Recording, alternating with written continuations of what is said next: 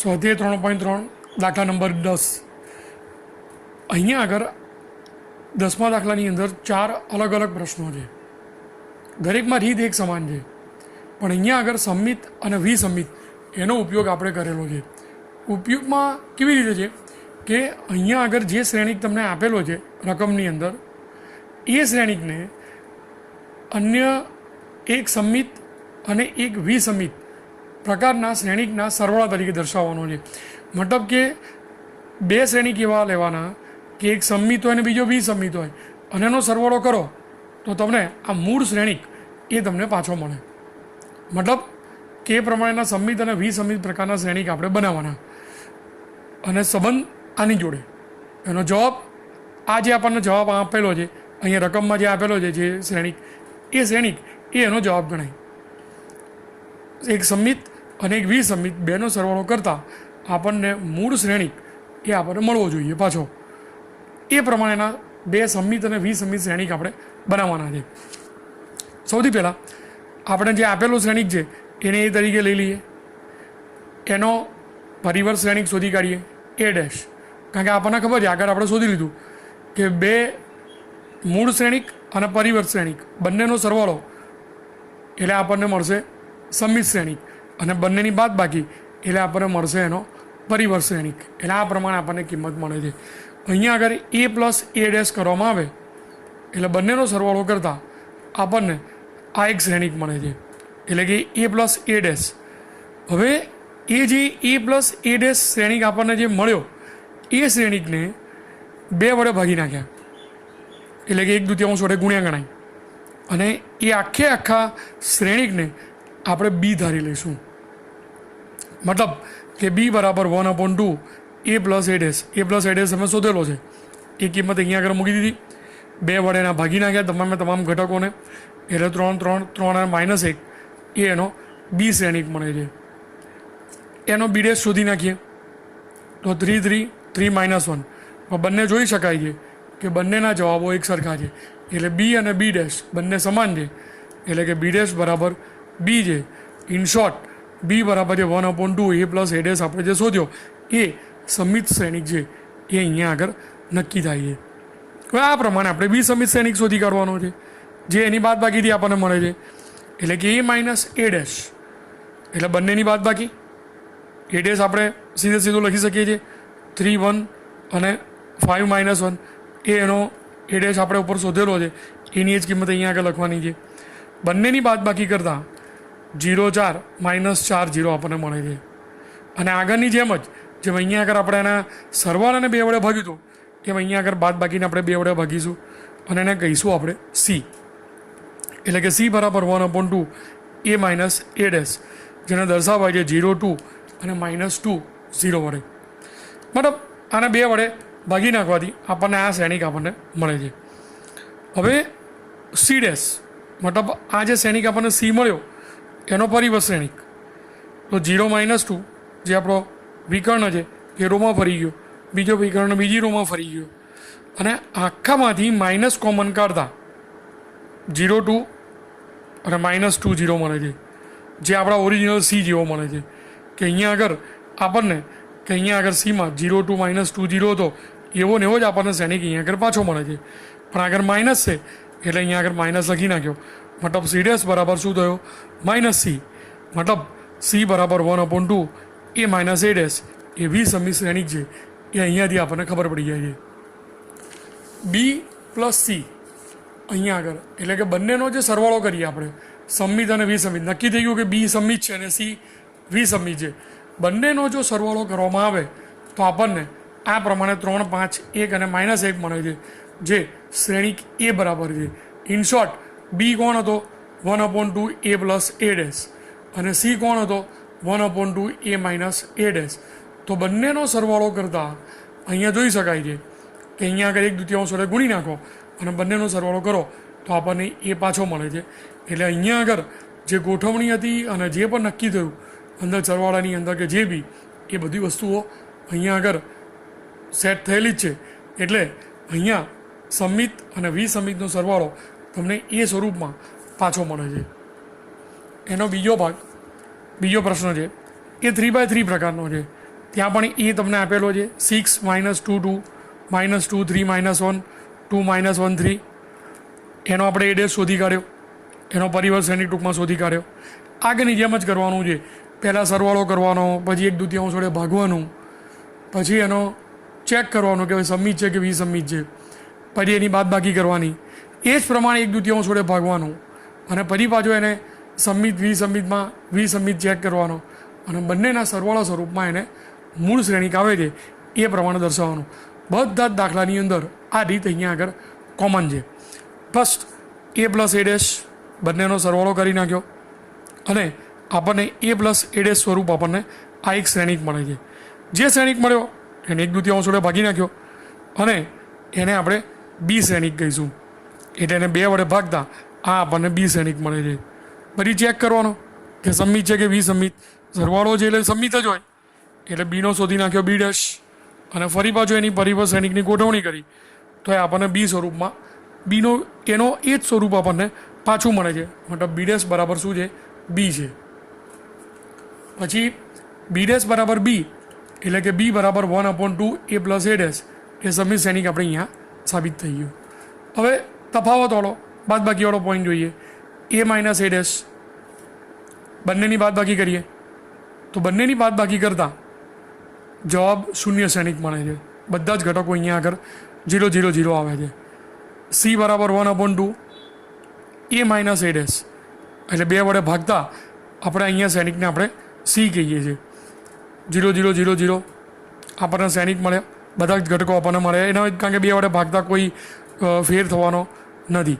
c' બરાબર એટલે કે આનું નાનું તમે પરિવર્ત શ્રેણિક કર્યો તો જવાબમાં પાછો એનો એ જ આપણને જોવા મળે છે. પણ અહીંયા આગળ આપણે c' બરાબર -c બતાવો છે, એટલે અહીંયા 0માંથી આપણે માઇનસ કોમન કાઢીએ તો અંદર કોઈ આંકડામાં ફેર પડવાનો નથી. એટલે અહીંયા આગળ બધામાંથી માઇનસ કોમન કાઢ્યો પણ અંદરના કોઈ અંકોમાં ફેર પડતો નથી. એ ઓરિજિનલ સીના જેવો જ આપણને મળે છે. એટલે કે c' બરાબર -c, મતલબ કે c બરાબર 1/2 a - a' એ આપણો વિસમિત શ્રેણિક છે. હવે આપણે કીધું એ પ્રમાણે b + c આગળ પણ આપણે કર્યું હતું એ પ્રમાણે બંનેનો સરવાળો કરી અને આપણે એ શ્રેણિકને લાવવાનો છે.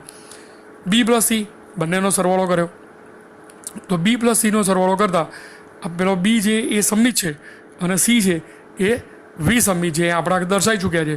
બેનો સરવાળો કરતાં આપણને એ શ્રેણિક અહીંયા આગળ આપણને પાછો મળે છે. એટલે 6 -2 2 -2 3 -1 2 -1 3 એ આપણા ઓરિજિનલ એ શ્રેણિક જેવો જ છે. એટલે અહીંયા આગળ b + c બરાબર એ પાછો મળે છે. b એટલે 1/2 a + a' અને c એટલે 1/2 a - a'. સરવાળો કરતાં તમને એ પાછો મળે છે. એટલે આ પ્રમાણે એને દર્શાવી શકાય છે. ત્રીજો દાખલો છે એના જેવો જ છે, સેમ આગળ જે ગણ્યો એની એ જ રીતનો દાખલો છે. એ 3 3 -1 -2 -2 1 -4 -5 અને 2 એનો એડ્રેસ શોધી કાઢ્યો, એટલે આપણને એનો પરિવર્ત શ્રેણિક મળ્યો. પહેલાંની જેમ જ પહેલાં સમિત બનાવવા માટે બંનેનો સરવાળો a + a' તો આપણને 6 1 -5 1 -4 -4 -5 -4 અને 4 એ આપણને a + a' મળે છે. b બરાબર 1/2 કારણ કે આપણે બી ધારીએ છીએ જ્યાં આગળ સમિત શ્રેણિક લાવવાનો છે ત્યાં આગળ કે b બરાબર 1/2 a + a' 1/2 અને આ આખો શ્રેણિક જે આપણે a + a' હતો એ લખી નાખ્યો. હવે 2 વડે એને ભાગી નાખીએ તો દરેક ઘટકને 2 વડે ભાગી નાખતા આપણને આ શ્રેણિક મળે છે. અને એ જે બી શ્રેણિક મળ્યો એનો પરિવર્ત શ્રેણિક 3, આ જે પહેલી રો છે 3 1/2 -5/2 પહેલી જે કોલમ છે એ અહીંયા પહેલી રોમાં ફરી જશે, બીજી છે એ બીજી રોમાં, ત્રીજી છે એ ત્રીજી રોમાં ફરી જશે. અને એમ કરતાં પણ b' જે કિંમત મળે છે એ ઓરિજિનલ બી જેવી જ મળે છે, બંનેમાંથી કોઈ ફેરફાર થતો નથી. એટલે b' બરાબર બી મળે છે. મતલબ કે બી પોતે સમિત શ્રેણિક છે, એટલે કે 1/2 a + a' એ સમિત શ્રેણિક છે. હવે a - a' એટલે કે વિસમિત ચેક કરવું છે તો a - a' કરતાં અહીંયા આગળ બંનેની બાદબાકી કરતાં આપણને આ શ્રેણિક મળે છે. અને એને 2 વડે ભાગી નાખતા એટલે કે 1/2 a - a' અને આને 2 વડે ભાગતા 0.5 અને આ જે કિંમતો છે એ કિંમતોને 2 વડે ભાગી શકાશે નહીં, એટલે અપૂર્ણાંક રહેવાની. એટલે આને 2 વડે ભાગતા આપણને સી મળે છે, જે શ્રેણિક આપણે મેં અહીંયા લખેલો છે. સી ડેશ એટલે એનો પરિવર્ત શ્રેણિક, એટલે રોથી કોલમ અને કોલમથી રોમાં ફેરફાર જે કરીએ છીએ એ પણ આપણે અહીંયા આગળ મેળવેલું છે. પણ આપણે એને વિસમિત શ્રેણિક બતાવો છે, તો દરેક ઘટકોમાંથી માઇનસ કોમન કાઢતા, અહીંયાથી માઇનસ કોમન કાઢતા અહીંયા બધી નિશાનીઓ ચેન્જ થઈ જાય છે અને એ જવાબ માઇનસ સી જેટલું, માઇનસ કારણ કે આ માઇનસ નીકળી ગયો, એના અંદરનો જે શ્રેણિક વધ્યો એ સી જેવો છે. મતલબ સી ડેશ બરાબર શું થશે? Minus C. એટલે કે સી ડેશ બરાબર માઇનસ સી, એ એની કિંમત મળે છે. એટલે સી બરાબર 1/2 એ માઇનસ એ ડેશ એ એનો વિસમિત શ્રેણિક છે, એ આપણે અહીંયા આગળ સાબિત થાય છે. એટલે આપણે અહીંયા આગળ જોઈ શકીએ છીએ કે સી ડેશ બરાબર અહીંયા આગળ આપણને માઇનસ સી પ્રમાણે મળે છે અને સી બરાબર 1/2 એ માઇનસ એ ડેશ એ વિસમિત શ્રેણિક અહીંયા સાબિત થાય છે. બી પ્લસ સી એટલે બંનેનો સરવાળો કરતાં 3 અને 0 એ 3, 1/2 અને 5/2 એટલે 6/2 થાય, એટલે 3, -5/2 અને 3/2 એટલે -2/2 થાય, એટલે જવાબ આવશે -1. એટલે આ પ્રકારે દરેકે દરેકનો ઘટકોનો સરવાળો કરતાં આપણને એ શ્રેણિક પાછો મળે છે. શોર્ટમાં 1/2 એ પ્લસ એ ડેશ બરાબર 1/2 એ માઇનસ એ ડેશ બરાબર એ વડે અને દર્શાવી શકાય છે. દાખલા નંબર 4 એ 2x2 પ્રકારનો એકદમ નાનકડો છે, એટલે એ દાખલો તમારે સ્વપ્રયત્ન તમારે જાતે ગણવાનો છે. આગળ 3 દાખલા ગણાયા એ પ્રમાણે તમારે ગણી નાખવાનો છે. હવે લાસ્ટ 2 ક્વેશ્ચન્સ એ વૈકલ્પિક, એટલે મતલબ કે MCQ વાળા છે. એના 4 વિકલ્પો તમારી પાસે ટેક્સ્ટબુકમાં તમને આપેલા છે. અહીંયા હું તમને ક્વેશ્ચન અને સીધો એનો જવાબ તમને સમજાવું છું.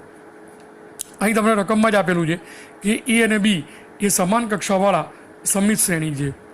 એટલે કે AB માઇનસ BA એ કેવા પ્રકારનો શ્રેણિક છે, સમિત વિસમિત, એ કેવા પ્રકારનો શ્રેણિક છે એ આપણે અહીંયા આગળ નક્કી કરવાનું છે. હવે એ અને બી એ સમિત શ્રેણિક છે, મતલબ A બરાબર A ડેશ અને B બરાબર B ડેશ. હવે AB માઇનસ BA એની કિંમત શોધવાની છે. હવે એ સમિત વિસમિત ચેક કરવા માટે એ આખું એક શ્રેણિક છે, એનો ડેશ લઈ અને કિંમત આપણે નક્કી કરવાની છે. તો AB માઇનસ B એનો ડેશ, એટલે સૂત્ર છે આપણી પાસે કે P માઇનસ Qનો ડેશ હોય, બે શ્રેણિકો જ છે તો એને P dash minus Q dash વડે દર્શાવી શકાય. એટલે ABનો ડેશ માઇનસ BAના ડેશ વડે એને દર્શાવી શકાય છે.